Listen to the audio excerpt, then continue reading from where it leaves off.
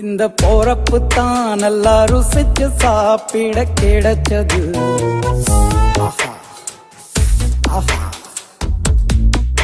அத நினைச்சுத்தான் மனோ உலகம் முழுவதும் பருக்குது. அட சுட சுட அட சுட சுட அந்த மதுரை மல்லிப்பூ இட்லியே மீன் குழம்புல கொஞ்சம் புரட்டி சாப்பிட எச்சிலு ஊறுது உள்ளுக்குள்ள. இந்த போறப்பு தான் நல்லா ருசிச்சு சாப்பிட கிடைச்சது. இந்த போறப்பு தான் நல்லா ருசிச்சு சாப்பிட கிடைச்சது.